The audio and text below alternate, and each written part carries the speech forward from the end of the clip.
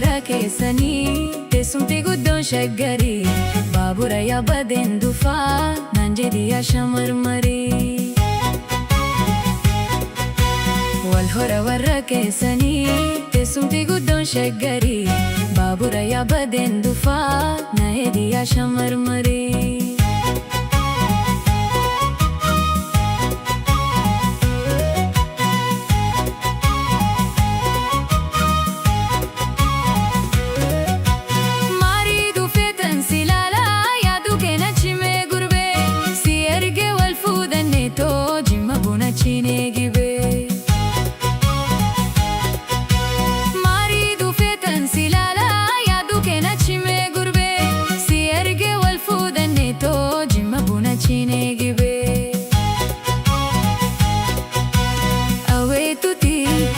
Galfannee mattuutti gallaa suuraa kaanitoo gammannaa laala bineensa daggalaa. Damma shoolee bashannanni haraa tolee affeera laaqanaan shootee kaani hasochoonu gama wallaggaa naaqamtee. Damma shoolee bashannanni haraa tolee affeera laaqanaan shootee dafni hasochoonu gama wallaggaa naaqamtee.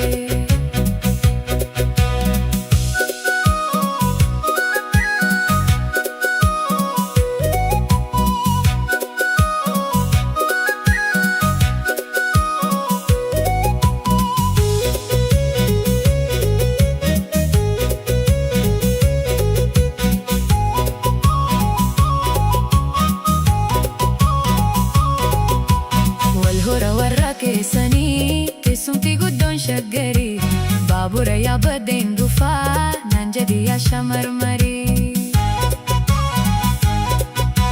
Wal hora warra keessanii teessumti guddoon shaggarii baabura yaabbateen dhufaa naan jedhi yaa shamarmarii. Amboo sirriitti daawwachaa galgala Finfinnee bullee barii kaane deemne tootarra gara Arsii Baalee.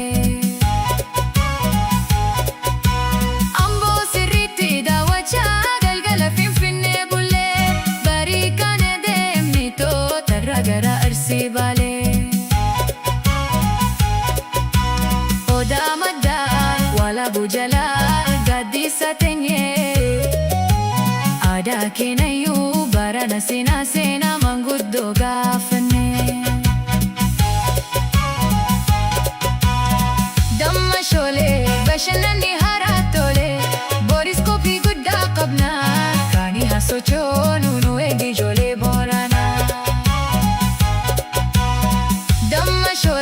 Bashannanni haraa tolee booriskooppii guddaa qabnaa kaani hasochoonu nu eegi ijoollee Booranaa.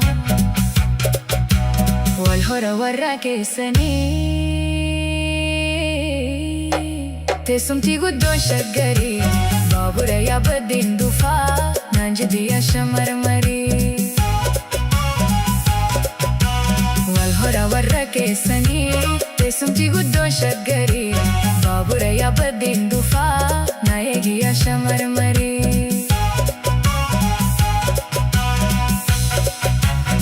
Soodaree fi shaashamannee daawwannee Adaamaa Jilaa Walloo hundee miidhagaa kuufaaf nagahii halaalaa. Soodaree fi shaashamannee daawwannee Adaamaa Jilaa Walloo hundee miidhagaa kuufaaf nagahii halaalaa. Erginee Finfinnee gallee qilleensa isii wal hammannee tooyaddu wal baanaa wal dhungachaa. Damma shoolee bashannanni nutti tolee irra turrii shaggariyaanee kaani hasochoonu nu eegi ijoollee Finfinnee. Kaani hasochoonu